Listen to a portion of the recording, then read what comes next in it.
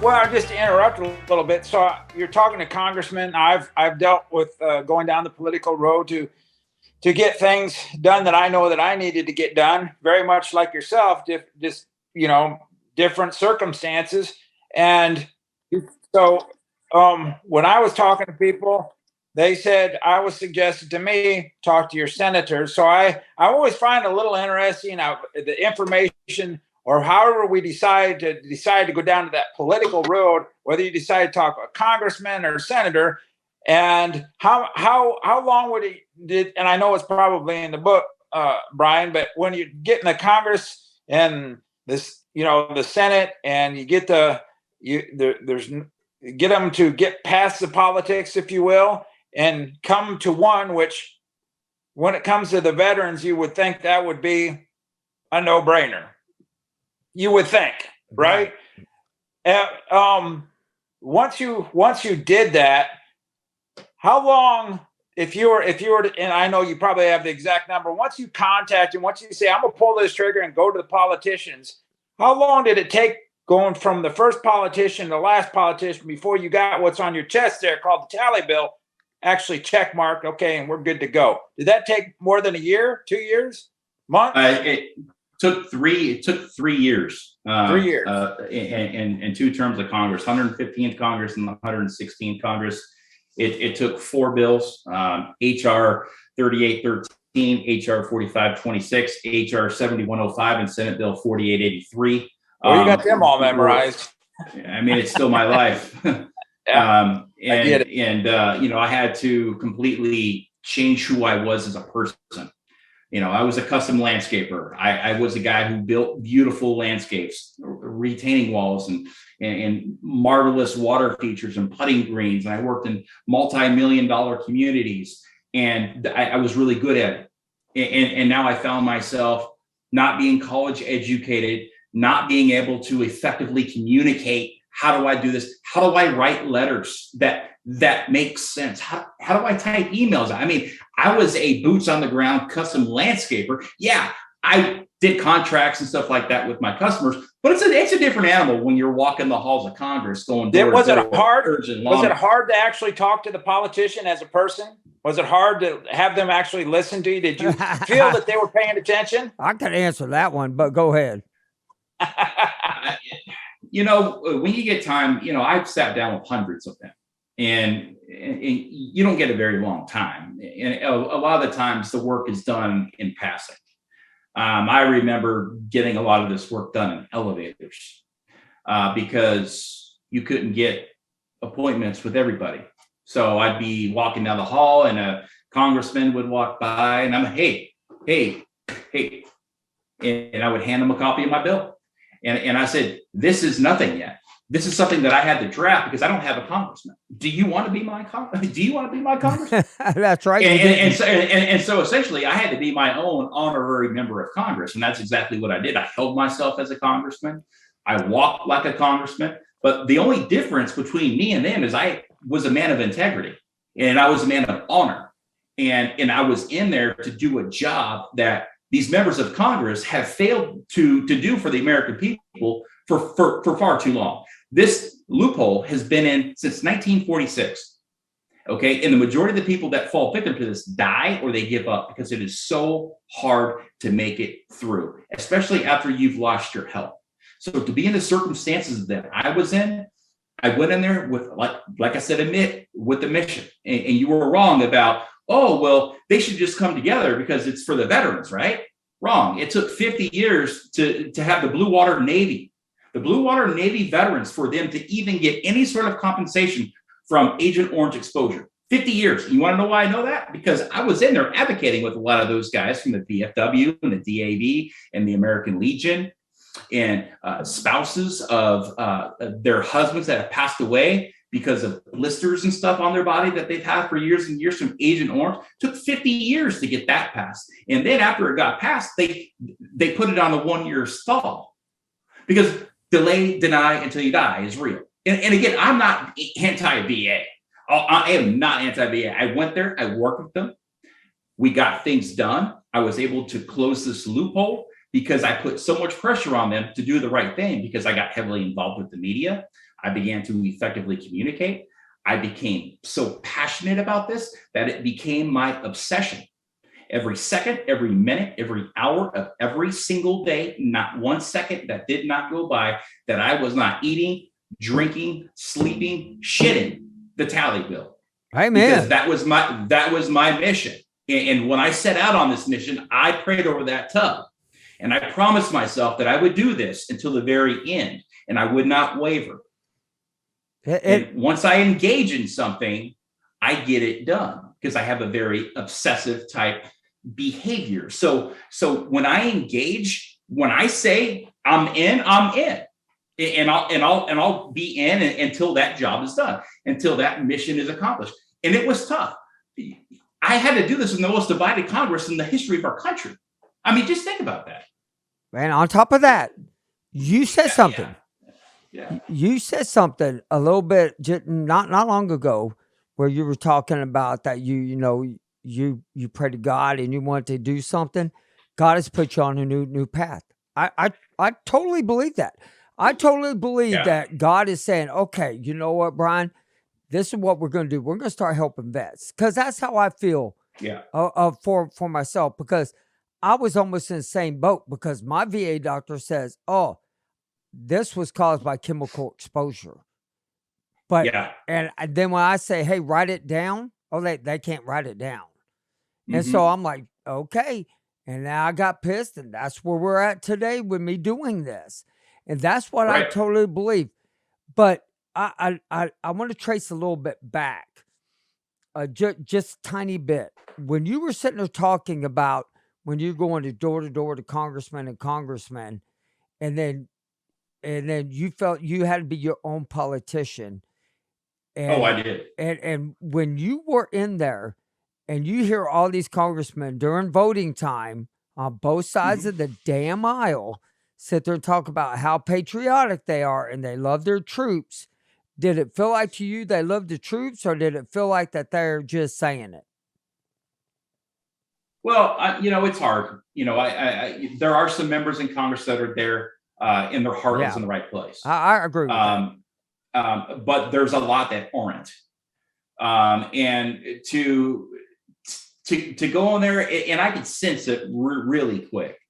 And it didn't matter what side of the aisle I was on, because I saw it on both sides of the aisle. Yeah.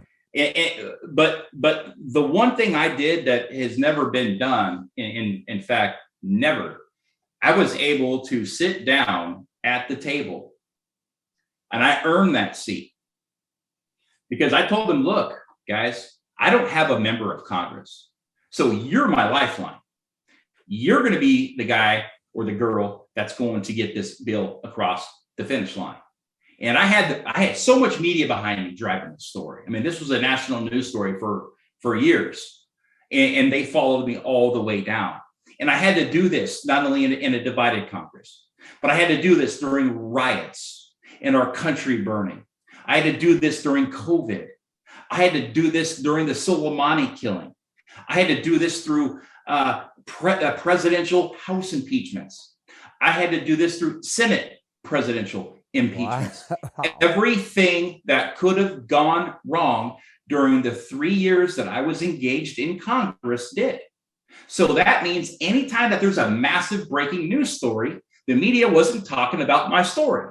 They weren't reaching out to members of Congress, asking them why they weren't signing on to the tally bill. Why is this law still here? It's horrible. There's 20.2 million American veterans that are at risk right now, and we need to get this done. It's a simple transparency law. It's such an easy change.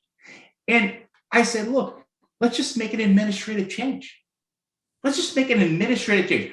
Go to Section 7010, whatever, in the Federal Tort Claims Act, and just write in there that there will be full transparency, and that, when veterans file their tort claims, that they will know who the clinician is within 30 days. So they know which route to go. Do I sue in state court, or do I sue during with the federal tort claim?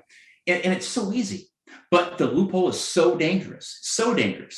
And it's so profitable. But like I said, what I was able to do is this. I was able to earn my seat at that table. I earned my keep in there. After I had one bill, they started to recognize me. Two bills are like, yeah, this guy's not going away. 3 bills, boom, I had that seat at the table, and I did not ever give up my seat until my mission was complete. And what I mean by that is that I was able to sit down with people like Rashida Tlaib, signed on to my bill. Mark Meadows was a champion. How did I bring Tlaib and Meadows together? These people hate each other. Ask yourself that question right there. I'm trying to figure it out myself. Okay, so I had dozens and dozens and dozens of champions. And I had to influence people like that to say, look, Congressman Meadows, who would go on to be the chief of staff of President Trump, he introduced 2 of my bills in two separate Congresses. I never showed my political affiliation when I was doing this. I never showed anything like that. I went in there and I spoke like I was a recruit in boot camp. I spoke in third person. I didn't speak about me. I said, the veteran community is an at-risk population. The veteran community continues to be let down by this 74-year VA legal loophole that has destroyed the lives of veterans and their families for generations. I went to my copy and print shop that I used to do all my work through to do all my landscaping promotional stuff, and they began to make me stuff for free because I look like a lobbyist now. I didn't have any money behind me, but I had people helping me because they said, I'm going to do it for the good of the country. I did this job for the good of the country. It didn't come with a paycheck. I had over 11,000 hours of advocacy, 5 trips to Washington, D.C., 4 bills, 7 states I drove to, and hit every congressional district in my way. And I had to do this honorably. Well, honorably. I think one of the key statements you made there, really, for me, when you said the veteran community is an at-risk community, I think I really like that phrase because it's a true phrase. Well, I'm not suggesting anything else. Don't get me wrong, Brian. I like that particular saying, at-risk community, and we really appreciate you taking the time to come on, Brian. Because I know this. Go ahead. We're gonna go over a couple more little items. Okay. Yeah, sure. And everything. I definitely I want to ask a few more questions because I'm so intrigued on this. So typically when I come on these podcasts, I haven't done one in a while because I've really been, like I said, I'm only 120 days post-op, and then I started my own podcast about 55 days ago. So like my time has been really consumed. So I haven't done one of these in a while, but I can tell you that every time, I mean, I've done hundreds of them when I was actually in the fight, in the trenches, getting support from all over the country. Right. Getting those phones ringing. So I would get all these different members of Congress engaged and involved in knowing the story so they could all sign on as co-sponsors of these bills. So that's what we needed. And I was, raising the awareness. Now I'm just telling the story, but the story, you can't tell the story in an hour or 2 hours or even that's really right. 5 hours. I mean, this is something that's been going on for for 6 years, and the dramatic changes. And but you're still passionate about it, and that's that's what I love. And you're still not stopping. You're telling your story, and you got a podcast out there. I would love for you to talk about your podcast. 2019, I went to Mighty Oaks. I was in a very, very bad shape. Like I said, 40 pills a day. I had thrown in the towel. I had thrown in this towel. And I was 99% done. And I had 1% left to give. That's all I had left to give. And I didn't know if I could even give that. And we had just lost our family vehicle. And a Marine Chief Warrant Officer said, "Hey, Tally, I haven't seen you around in years, and I know you're hurting. I know you're going through a lot of bad stuff. But if you go to Mighty Oaks, I'm going to give you my old car and to help your family." And I went to Mighty Oaks, and Mighty Oaks is a faith-based retreat for veterans who are going through life challenges and obstacles. So I went to Mighty Oaks, and we got that car. You know, it was a little beater car, but that's what we needed. Like, that was a great, starter car again to get us back on our feet and to go get groceries and stuff like that. And then that's when I really started to pray a lot and to put everything into God's hands and know that things happen for a reason, and that we may not always find out what those reasons are. But I prayed I would find out one day. And, I was called to serve, when I did the tally bill, and I did it in a way that would make sense and that would be honorable and genuine and sincere for everybody involved. And then it passes. And now I've got a void, so it passed January 5th of 2021. And it was one of the best days. I think I have a heart attack that day. The excitement, and it went on for a month. Like, I couldn't, like, I was shaking. Like, I was like, all this hard work, like, it came to an end, and it's real. And it's working, and veterans are being protected as we speak. And I was out on a mindfulness walk, right? Because right now I'm pretty much medically retired. And so I wrote a book after the tally bill was done. I didn't choose this job. It chose me. And it's a very good read. Any veteran out there, it's a must read for every veteran. And even if you're a veteran supporter or just a civilian, it's a book on perseverance, resilience, and never quitting, how to strategize and effectively get things done. And it just shows the story of the guy who was broken. I mean, just an absolute broken mess. And he would end up rebuilding himself through these 1% at a time, just getting a little bit better every single day. But so now what I do, I go out and I speak. I go out and I speak to groups and I speak to corporations and stuff like that as a motivational type speaker. But I was on a walk 55 days ago. And I swear, I don't know how I've heard these stories before from people saying, God told me to do something. And I'm like, wow, that's cool. I mean, he's never told me to do anything. And then I had this experience, and it's crazy because 55 days ago, he says, hey, you need to start a podcast because we think that you can really be a good voice in the veteran community. We think that you could really reach a lot of people who are hurting out there.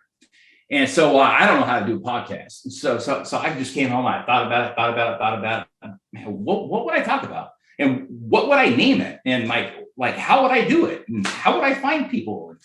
And literally I prayed on it. And that next day was a Tuesday. I was out on that walk on a Monday. And I woke up on Tuesday and I said, I'm going to do it. And it's going to be called Tuesdays Fatality. And I had my first podcast, and it was on Facebook Live. With one of my friends in San Antonio who owns a supplement company, like protein and stuff like that. And then I loved it. And I wasn't good at it. I sucked. I mean, I was just like, well, hey, man, so what's up? I was like, yeah, this is my podcast, Tuesdays Fatality. Yeah. He's like, hey, good luck. I'm like, yeah, if it doesn't last for another, week or two, whatever. And it didn't. And day 2 came and I did another one. And then day 3 came, I did another one, and I started to get better and better and better. So I'm 55 days into it now, and I created a YouTube page. I have a Facebook page, and I just created a Twitter account for Tuesdays with Talent. And what I do is I interview everybody. I've interviewed news anchors that covered my story that aren't even veterans, because the mission and the goal of my podcast is to add real life value to everyday people. And so everybody out there has some sort of value that can be added to anybody's life. And so even though I have a lot of veterans on my program, but I also have a lot of just regular civilians, regular Joes, because in my eyes, you don't have to join the military to serve your country. We all get called in different directions. the guy who walks my community every day and picks up trash, he's serving his country. He's serving his community. Yeah. And he's doing it honorably. There are so many ways that you could serve, and people don't understand that. It's so easy to serve. And there's so many different branches and subsections of serving. Well, I get those people on and I talk about it. I said, what kind of value can you add to my listeners? Tell me what it's like to drive that Uber car. Do you get paid well? Tell me some stories, or, had on John Teagan the other day, in Benghazi. I've had on Lieutenant Colonel Stu Scheller, a couple of weeks ago. And I just sit down with these guys and say, hey, look, I ask them questions and I get some good answers and then they add some value. But see, I don't go directly for the, what was war like and all that. I ask, how's your family? How are the kids? How do you balance your home and work life? I ask questions that really, really matter and that can add value to the lives of everyday people.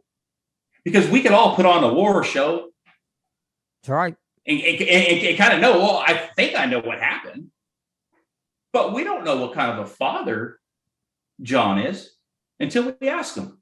Oh, wow, no one's really asked me that before.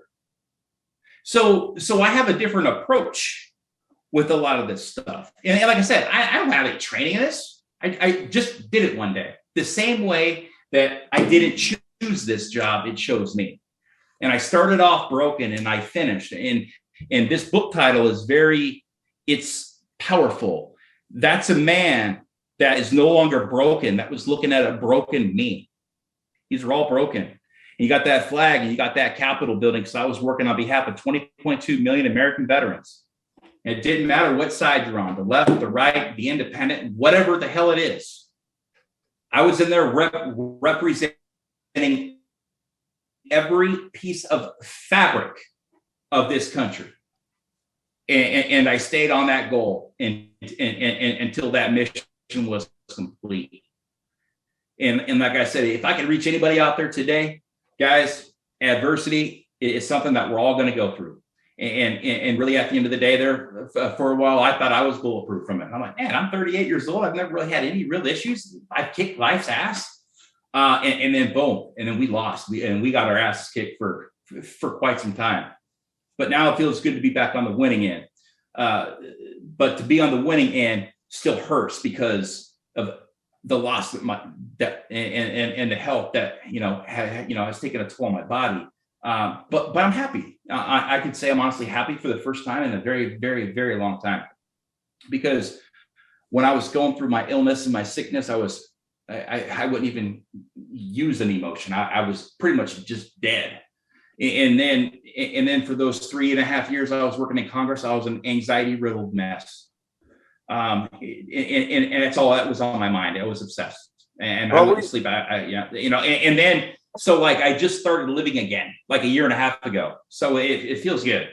That's awesome. We certainly really appreciate all the hard work and dedication you put into getting that bill passed, and so there's an outlet for people when there's things that people did wrong that needed to be corrected. Appreciate took a lot of dedication, a lot of time and effort on your part, and the people that working side by side with you, because it takes a team, not one individual. It takes a team every time, and we appreciate you doing that. So thank you. Yeah, and that's what our focus is on. Our focus is in helping the veterans know their benefits. I mean, I'm talking about all veterans, and to let the Gulf War veterans know that, hey, you know what? You got an outlet. Come to us. Come talk to us. You know what? You don't have to be on our podcast. But if you need help, if you need something, that's what we're there for. Because a lot of guys out there in the veteran community don't know that all the outlets that is out there for them. And that's what we want to help teach. And right. And that's one thing. I want to say this for you, Brian. Man, you're a diehard damn Marine. That's all I can say. I mean, and you're a great person. on top of that, for what you've been through, the experience you're at, and you're sitting here telling us your story that we can't imagine. I'm over here going, well, shit, I feel like a sissy with my feet burning after what you're going through. And the trauma, and then what your wife had to go through. I mean, I sit back and I praise you, and I thank you from the bottom of my heart. And I know my listeners are going to listen to this and say, holy crap, this is what we need in this country to get us back on track. But I'm just going to say this, and I know John's probably going to give me that a side eye look. Why do we have to have bills to take care of our vets? If you screw up in this country, if you screw up doing something, take accountability. That's how I feel about it. Take the damn accountability for what you done. To me, I'm grateful for the PACT Act, for the Camp Lejeune. That's it. Because number one, we should not need a PACT Act to take care of our veterans when they know they poisoned us, when they know we've been poisoned, when they screw up surgeries, when they do stuff. We shouldn't have to have legislation. And for all these politicians, if you're listening to me tonight, and you can hear me very loud, get off your asses and do your jobs and start taking care of your country and your veterans. That's how I feel. That's why I'm passionate about this, is because I feel like that over the years, we have not taken care of our people. And it's time to. In addition to that, I was doing the job of a congressman. That's right. And I have four, and these 4 bills behind me were done by myself and my legislative team and approved through all these members of Congress to get it on the House floor and to get the bill signed into law by President Trump. I did the job of a member of Congress. Why did it take a guy that was broken, that was down to his final last 1%? Right. To do the job of the very people that we have elected to work for us. I didn't even have a voice. I had no voice. I had to create my own voice. And how do you create your own voice when you're literally dead, nearly dead? Right. You've just survived this insane infection. You've lost your company. You've lost your business. You've lost your congressman. You've been denied. You have nowhere to go. So I boarded a plane, dropped in my own damn bill. Yes. And I delivered it to every daggone office that there was. Again, but I served with honor, with courage and commitment, the same hallmarks I served as a United States Marine, and those same hallmarks that I've kept as a civilian. You know, because like I said, I got kids and they look up to me. I'm their leader. So I've got to be that, that good influence and that, good, provider. Like I said, there's more ways to provide than monetary value, through counsel and through learning and through experience and through knowledge and through wisdom. There's so much out there, but there are still some good people out there that are willing to put in the hard work to get things done, for the greater good of the country. And I pray for my country every single day. I know we're going through some hard times right now, but I think that there's enough good out there to overcome the evil that is upon us. For sure. I totally agree. And John, you got anything you want to add before we go? No, I'm good. So. I'm shocked. I'm over here like, wow, and everything. And Brian, you got anything you want to add? No, not really, man. Just, thanks for having me. I appreciate it. And, and if anybody wants to hear more of the story, it's, like I said, I have a book. You can go to Amazon and just type in Brian Talley book, or I didn't choose this job. It chose me. Or if they want to check out a couple of my podcasts, all they got to do is search Tuesdays with Talley, Tally. And we can connect, and the rest is history, man. Man, I hope we stay in touch. We live close by. You should come by. Yeah, I want to get down to your. I need to get down to your barber shop. I haven't gotten out in a while. Been been stuck here. Whenever you get a chance, you just walk in and everything. I definitely would want to meet you in person and shake your hand. And I need a haircut. Oh yeah. I'm not saying nothing about your hair. I'm not saying nothing about John's hair. But I want each and every one of y'all to know. But before I let everybody go, the elderly, all the way down to the young, we all need to stick together. Every veteran needs to connect. That's what we're doing. And I want everybody just to, have a great night and be thankful for what you have and for what you've done for your country. But I really thank you very much, Brian. And John, I thank you. And thanks, Brian. Thank you, Kevin. Y'all have a great night. Thank you for listening to Go For Side Effects. If you have any stories you would like to share or just have any comments or questions, please email me at kevinsimon@goforsideeffects.com. Just to let all of our listeners know, we have opened an online store. All proceeds will go to helping veterans connect. The link will be in the description below.